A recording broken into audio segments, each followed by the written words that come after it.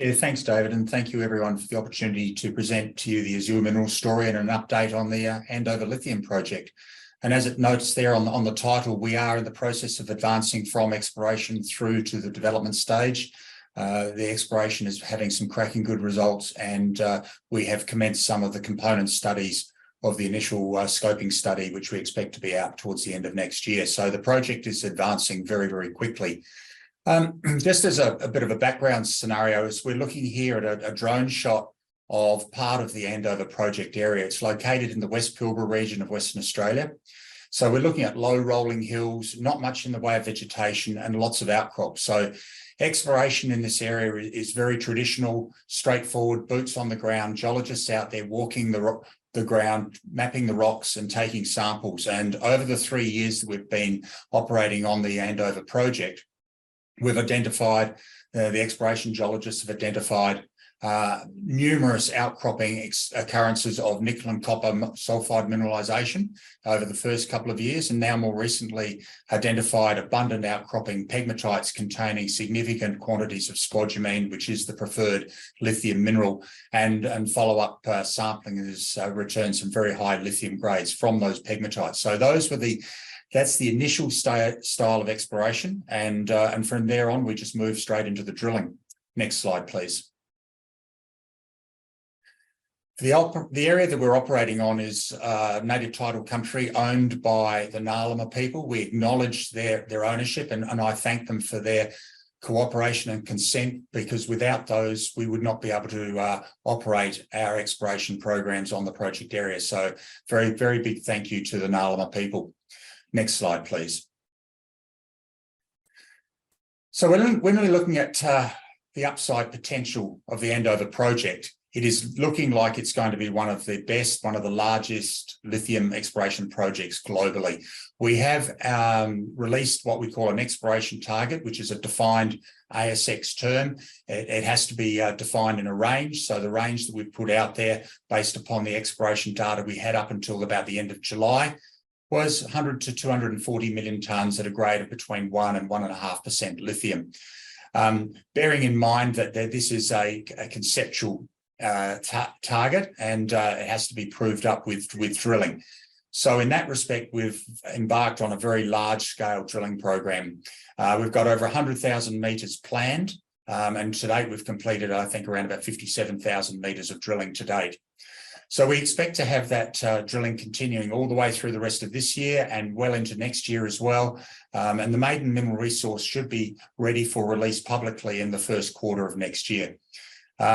We've also, in terms of the development, we have commenced the metallurgical test work that's underway. We were able to put out the preliminary results for one of the holes last week, and I'll talk a little bit about the metallurgy later on. And we do expect all of those component studies to be wrapped up towards the end of next year and a scoping study released to the market around about that time. Next slide, please. So corporately, you can see there the directors and the management side of things. The important things to note are on the right-hand side under the key projects. Andover Project is a joint venture. It's 60% owned by Azure. So we bought that 60% for about $4 million worth of shares from the Creasy Group. And Mark Creasy has retained that 40% interest. He's free carried through to the final decision to mine. So we own 60% of the project. On the back of that ownership, SQM approached us late last year and early this year, completed a buy-in into the company, whereby they bought 20% of the company for $20 million, which was a significant uplift to the valuation of the company at that stage. And Mark Creasy owns around about 13% of the company, and also the Deutsche Balaton Delphi German investment funds own a combined about 10.8%. We've recently completed a significant capital raising, and SQM contributed pro rata to maintain their 19.99%, as did Mark Creasy to retain his 13.2%. Next slide, please. So looking at the financials, we've got about 445 million shares on issue at the moment, with about 16 million options out there, which are all well in the money. With a share price today of around about $2.50, We've got a market cap of a bit over $1.1 billion. So the company is now a very large company. 12 months ago, with a market cap of $50 or $60 million and half a dozen employees at most, we were very much a junior company. We are now a company that would, just in terms of our size, potentially be in the top 300 ASX listed companies. And we've got a much larger workforce. We've got well over 20 geologists working for us now. We're in the process of employing specialists in the other fields as well. So resource geologists, mine geologists, mining engineers, metallurgists are all currently in the process of being onboarded. And the program that we're looking at implementing with those hires is to take the project all the way through from an exploration stage through development and in towards the production decision. As I mentioned earlier, we've just completed a capital raising, which is both a share placement and also an SPP to existing shareholders. And we've currently got over $130 million in the bank. So the company is incredibly well cashed up. We've got enough financial resources now to complete not only the resource drill out, but also scoping study and also the PFS, which we expect to be underway in 2025. No debt, so the company's in a very, very strong position. Next slide, please. One of the great benefits of this particular project is its location. It's in the West Pilbara region of Western Australia. So it is definitely a tier 1 low-risk mining jurisdiction. To the south of us, we've got Rio Tinto's iron ore operating mines. To the north of us, offshore, we've got Woodside and Chevron oil and gas facilities. Onshore, there's LNG processing facilities and export hubs there. Just off to the left-hand side of that image, you've got the Dampier salt flats. So this is a heavily industrialised area. There is a lot of infrastructure. You're looking at a 2-hour plane flight from Perth into Karratha. Half an hour drive along the Northwest Coastal Highway through the town of Roebourne gets us into our project area where there's a bunch of roads and tracks that spiderweb across the project area. So we've got great access into that 108 square kilometre Andover project area. We've got potable water supply running up through there from south to north, which is the pale blue line that you can see on there. We're currently tapped into that and using that water supply for all of our drilling and other needs. We've got high voltage power lines running right through the middle of the project area, gas pipelines. It's about a 45-minute drive to the port of Dampier, off to the left-hand side there, which is a commercial multi-user port, which is utilised for export of bulk commodities. So you could not get a better located project than Andover to develop and operate a mining and processing operation. We'll have the next slide, please.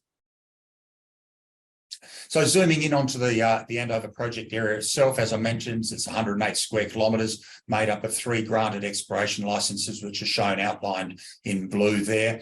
The town of Roebourne is just a couple of kilometres to the north of the project area.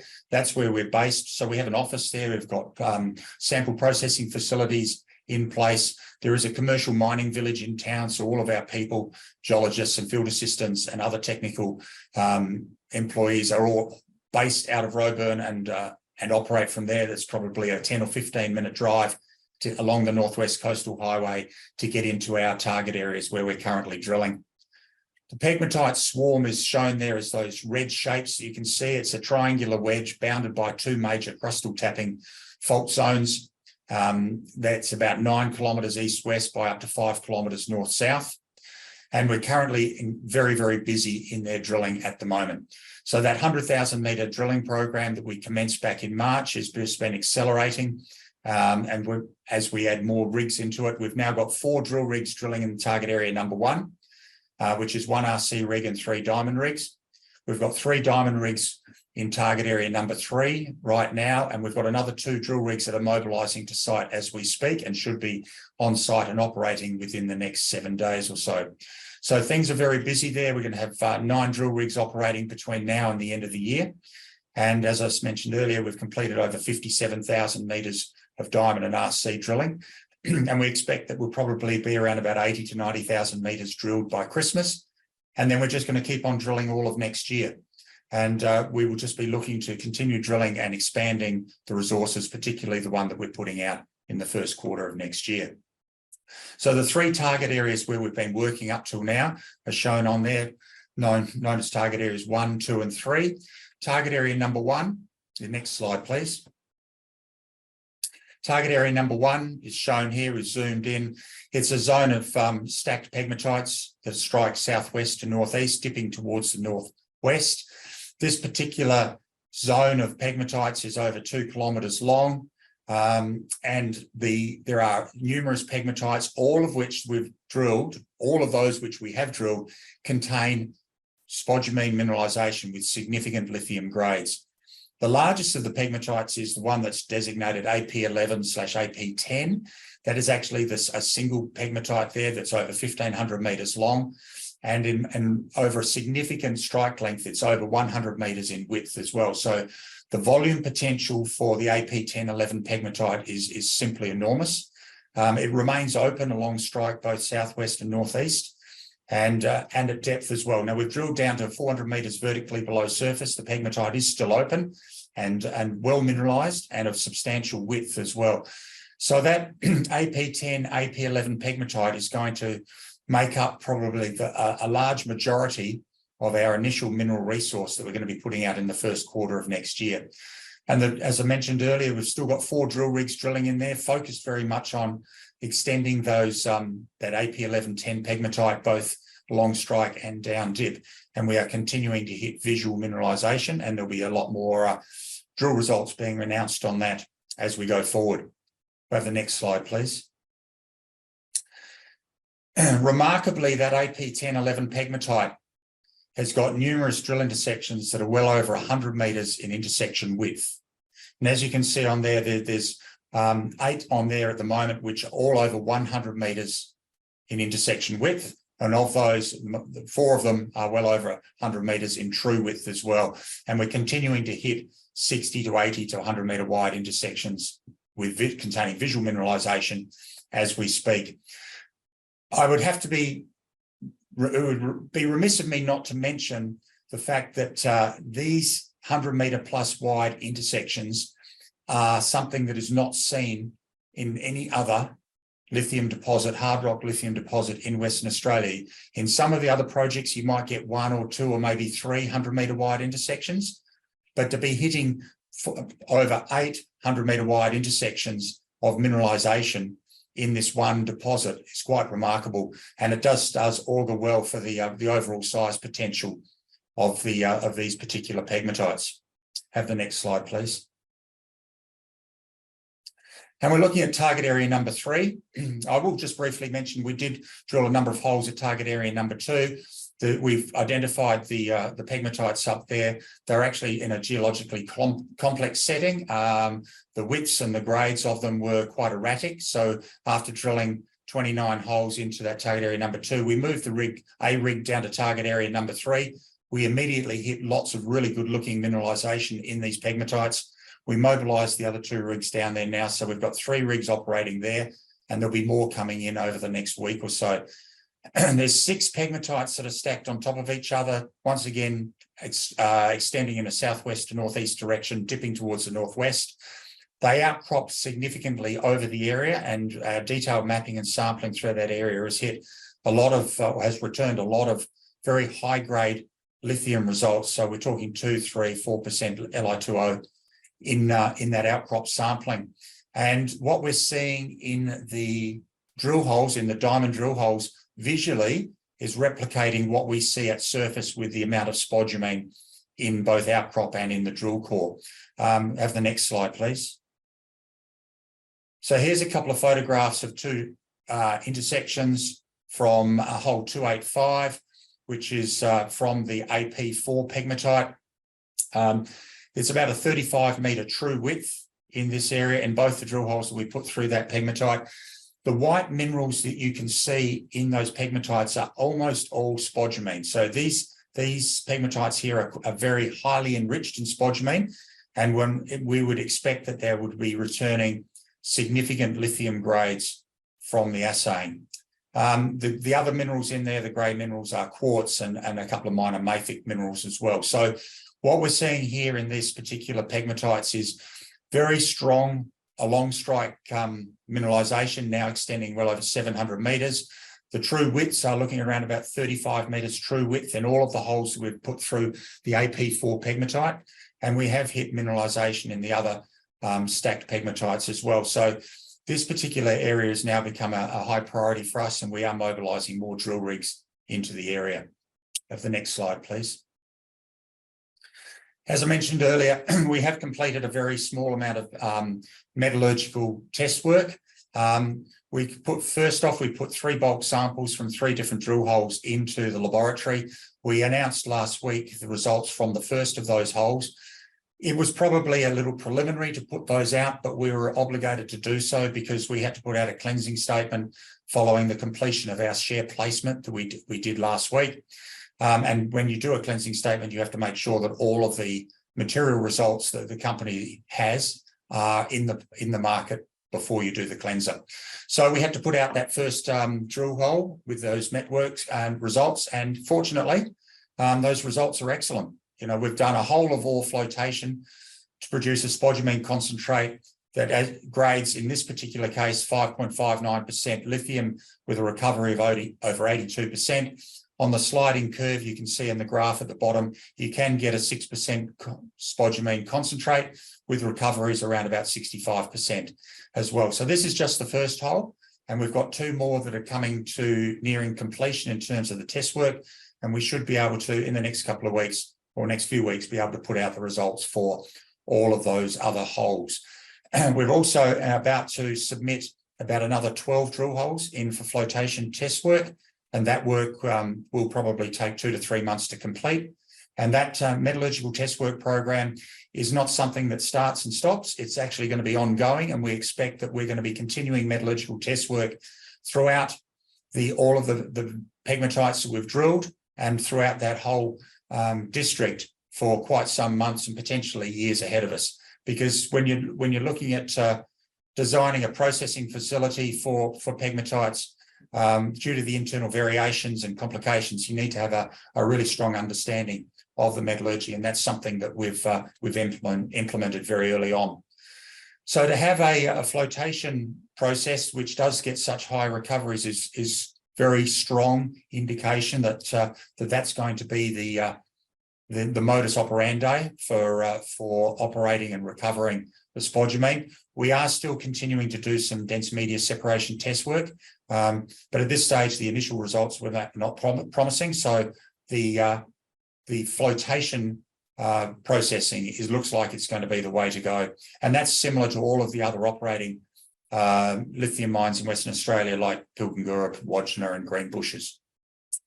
Can we have the next slide, please? So as we advance from being a pure explorer to being a company that's in the development stage, we've got a lot of activities that are ongoing. Obviously, we've got a lot of diamond drilling going on, and that drilling we expect to be continued throughout this year and all of next year as well. Well, initially, we'll look to convert the exploration target to the maiden mineral resource that should be ready in the first quarter of next year. And then we're just going to keep on drilling, because most of that maiden mineral resource will be in the inferred category.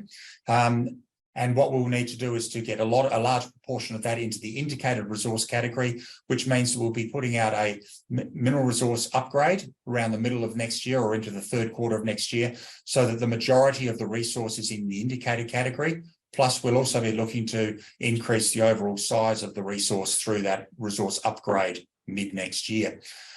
We've got a lot of other components of the scoping study underway at the moment, so metallurgy is just ongoing and will be for months and months ahead of us. Geotechnical studies and mining studies are in progress.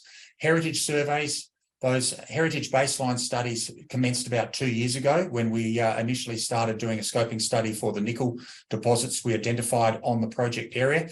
So we're now well over 2 years into that the environmental baseline studies. And we expect that we should be able to complete those to a scoping study standard by mid next year, because that'll be the 3-year mark.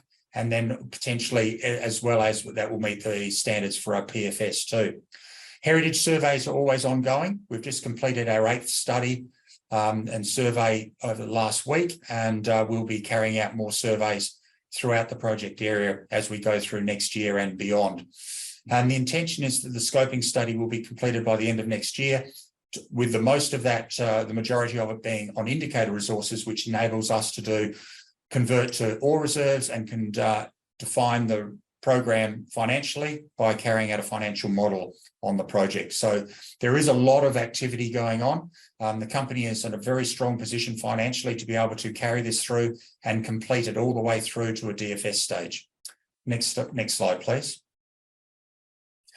And that's the up-to-date story of Azure Minerals and our Andover project. And it is looking quite remarkable. And it's likely to be one of the very largest lithium projects anywhere in the world. Thank you. Thanks, Tony. Cracking presentation. And you're constantly having to update it because there's constantly lots of news coming out that just keeps adding to the story. Yep. You touched on, just stepping back a little bit, you touched on the nickel. There's a quality nickel project sitting there as well, which has really been overshadowed by the lithium opportunity, because originally this project was picked up for nickel. How quickly did the lithium elements of it overtake the nickel project? And when did you know you had a lithium project on your hands? Well, we had the first 2 years of the project from mid-2020 through to mid-2022. It was very much the focus was on the nickel. But then we observed that there were pegmatites in the area, and then we saw that they contained spodumene and that they returned higher grade lithium numbers as well. So we just started in sort of around the mid-2022 time, moving into a mapping and sampling program. And it was probably 9 months of work, consistent work on the lithium, that we have finally identified that the potential there was absolutely enormous, and it certainly outweighed the potential value of the nickel. Now, there are 2 nickel sulfide deposits there, 6 million tonnes at nearly 1.5% nickel equivalent. That's a very good project in its own right. And we've got a number of other prospects where we've drilled, and we've got nickel sulfide mineralisation, which have yet to be drilled to the resource stage. So this is potentially a nickel project or a nickel mine and processing operation in its own right at some time in the future. But the potential value of the lithium is so enormous that it has certainly overtaken the nickel for the time being. We will continue to do a little bit of work on the nickel as we go, because part of the interesting things that we come across is while we're drilling for lithium in the pegmatites, we are observing nickel sulfide mineralisation in some of the host rocks that surround the pegmatites. So there is potential there to find a lot more nickel, and I guess we'll be having to spend a bit of time and money on that at some stage in the future. You mentioned right at the beginning, the project was acquired from probably one of the most prominent personal exploration people in Mark Creasy and Yandal Investments. And Mark is clearly someone who loves exploration. He loves seeing boots on the ground. He loves seeing drill holes. He's continuing to support the project and the company. You know, how eager is he to see what this could be, and how eager is he when the results are coming through to sort of cast his eye over them, to at times maybe say, look, I always thought there was something there. You know, how he loves exploration, and you know that better than anyone. And how excited is he to see the amount of drilling, the amount of drill rigs, and the results coming through?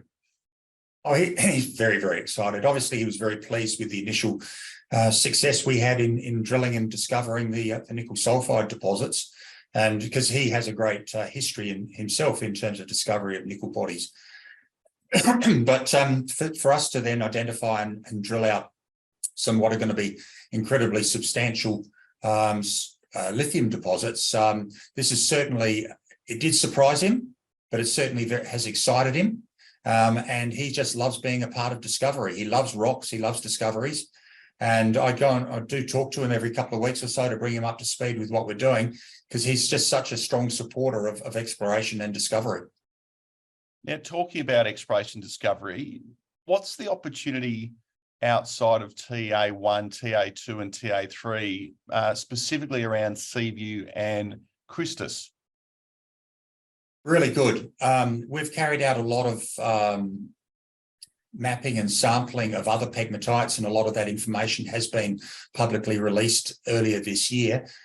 We've certainly identified a lot of other pegmatites which contain visual spodumene that have returned high-grade lithium results from the assaying.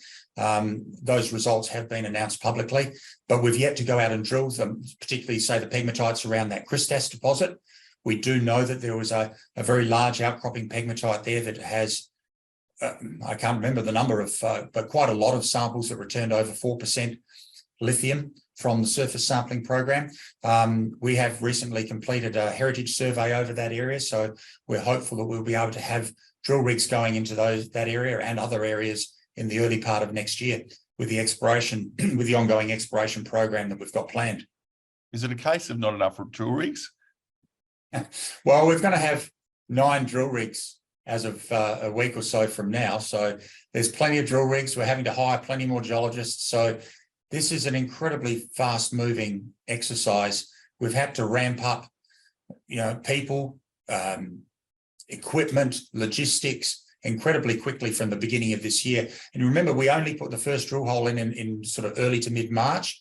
So here we are probably 6 months later with 9 rigs on site and nearly 100,000 metres of lithium-specific mineralisation or lithium-specific drilling underway. So, yeah, it's quite an amazing transformation of both the company and of the project. And people who don't know you well or don't know your own history, and I know managing directors generally don't like talking about themselves, but you've built projects before. You know how to do this. I was part of the team at Jubilee Mines, myself and another geologist, Terry Grammer, with the 2 geologists that found the initial Cosmos nickel deposit, which we've then found Cosmos deeps underneath that and a number of other deposits as well. And obviously Jubilee built Cosmos. That wasn't me. I was part of a team of technical experts who were part of that and who built what was one of the world's great nickel mines. Yes, I've been a part of teams that have done that, and I'm looking forward to being a part of a team that will accelerate and progress Andover through to production as well. So a number of questions have come through, so I'll get through as many as I can. A good one here. The previous speaker referred to a feeder zone, and LTR found a large feeder zone in their lithium deposit. Is there likely to be such a feeder zone at Andover, and do you have any idea where it could lie in your large tenement area? At this stage, all of the pegmatites that we've drilled have been individual pegmatites. We've not yet seen any indication that they all join together into a single or multiple feeder zones at depth. And we have only drilled to 400 metres down, and these things like pegmatites and the original source and feeder zones could be at quite significant depth. So at this stage, we've not yet found one. And what does the current burn rate look like? Cognizant that you do have a lot of cash, but what does the current burn rate look like? There is currently spending somewhere around about $5 million a month on with so many drill rigs operating. So it's a very busy time, and fortunately, we were well supported in the most recent capital raising, and with over $130 million in the bank, we're well supplied with cash for a long time ahead. Now, there's a comment here. Can you comment on the Fe content in concentrate? Yes, with the initial sample that we released last week, obviously got a great recovery and a very good lithium grade in the spodumene concentrate. Also within that concentrate was an iron grade of about 2%. Now, that's not unusual in the early stages when you've not done a lot of optimization. There are a number of techniques that you can use to remove iron, like magnetic separation, desliming, pre-flotation sulfide removal. Those things are being done at the moment on all of the samples that are currently at the lab. When we did the initial concentrate, the lithium grade went from about 1.4% to 5.6%, which is about a 4 times upgrade. The iron, for some reason, had a 10 times upgrade from 0.2 up to 2%. So we're very confident going forward, and this is not only us, but also our advisors at the metallurgical laboratory, very confident of being able to remove most of the iron and getting the final iron grade to well below 1%. Do you think, as you said, putting out those results was a necessity given the need to cleanse ahead of the issuing of shares? Do you think the market misunderstood those results to some degree? There was clearly fantastic results, but some of it seemed to be misunderstood. Yeah, I think there's 2 sorts of people out there. There's the people who know what they're looking at and what they're talking about, which is if you talk to any of the metallurgists at the other lithium companies, they're all telling us great results, excellent results, couldn't do any better, and we don't see any problem with the iron. And then you have the people who don't know better, and they freaked out and panicked. And as it happened, it was a buying opportunity for our shares for a whole bunch of different people who were more confident in the results. Another similar vein, there's a question here. Can you please comment on target area 2? And do you think the market misunderstood this result? No, I don't think the market has misunderstood it. I think the market was disappointed with what we got in target area 2, as we were. We have a reasonable understanding as to why the pegmatites are more narrow there, and they don't contain quite the high grade that we see in the other two areas. And that's possibly because the pegmatites are intruding into a different rock type. They're going into a gabbro there, which is a harder, more competent rock, which probably hasn't allowed the pegmatites to intrude quite as easily as the ultramafics have at target areas 1 and 3. However, when you go further to the northeast of target area 2, those same pegmatites go back into ultramafics. And that's an area that we're keen to get in and start drilling on in the future, further to the northeast of target area 2. We've completed the heritage survey. We're waiting on the results from that. And we expect that we'll be drilling up there in the early part of next year. Now, there are a number of questions that came through previously or came through prior to the presentation around M&A, around activity in the space. Clearly, as I mentioned with Luke previously, anyone that is in the lithium space with a significant project that is focused on production is seeing a lot of interest. Do you field a lot of calls? I know you know materially where there's nothing to announce, but do you field a lot of calls, and is there a lot? Do you get a sense that there's a lot happening in the space and a lot of activity to be had? Yeah, well, there's definitely a lot of activity in the space at the moment, and we've seen that with the likes of Liontown and Delta and a whole bunch of other lithium companies as well, where some of the major players in both the lithium space and also other larger mining companies are putting a footprint on there and or a foothold onto some of those assets. Azure has fielded a lot of inquiries. There's a lot of inbound interest in what we're doing, particularly because of the potential size. You know, we could be, if we're talking a lithium deposits top 4 or 5 in the world, it attracts the attention of all the major players. But at this stage, you know, we've got SQM as a 20% shareholder, and no others have made a move at this point in time, but time will tell. And there's a good question here in relation to the nickel projects. As you say, high quality nickel projects that if the lithium wasn't there, you'd be racing ahead developing those. Is there any thought to spinning them off or doing something with them to extract value now so that you can concentrate solely on the lithium? We looked at that as a possibility in the early days, and there are 2 deposits, you know, Ridgeline and Andover, which are at the western end of the project area, and they are separate from where the pegmatites are and where the lithium is. And I might just, as an aside, and just to clarify some misconceptions that are out there in the market, when we drilled with a nickel focus at Andover and Ridgeline deposits, we drilled 80,000 meters of diamond drilling in 200 diamond drill holes, and we did not hit a single pegmatite around Ridgeline and Andover. Those pegmatites do not extend anywhere near those lithium deposits. So those 2 deposits in themselves could probably be spun out at some stage in the future. However, there are some other really good lithium prospects, Seaview, Skyline, the likes of Christas on the eastern side, where there's some incredibly high-grade copper and nickel assays have been returned from outcropping Gossans. And those prospects are probably going to be intimately related, at least geographically, with the pegmatites, and so spinning those out is not really possible.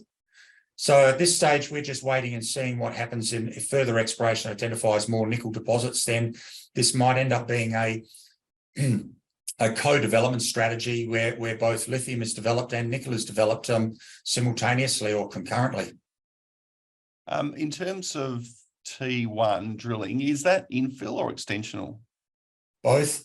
We've got an RC rig and 2 diamond rigs doing extensional drilling, both to the east and west. And we've got a single diamond rig in the middle at the moment, just doing infill drilling and down dip extensions as well. You've got a lot of shareholders here, or a lot of groups who clearly want to ask a lot of M&A questions, but I'm not going to put you on the spot and get you into trouble there. The only question I would ask is, obviously, there were discussions with SQM some time ago. Do they remain a supportive shareholder, and do you continue discussions with them around project development as opposed to M&A? Yes, certainly. SQM did put more than one NBIO on the table, which we announced, I think it was in early August. Yep. And we were able to discourage them and from pursuing those offers at that time. But that has not harmed our relationship with SQM in the slightest. They are still very interested in what we're doing. They're very supportive of what we're doing. That can be demonstrated by the fact that they maintained their 19.99% pro rata in the recent capital raising we did by putting in another $26 million or something like that. So SQM is still a very major supporter of Azure, and we have a very strong technical relationship with them. Last question. You're known as one of the good guys in the industry. Everyone I speak to always tells me that Azure and yourself deserve every success for the amount of effort and work and support that you've given the industry.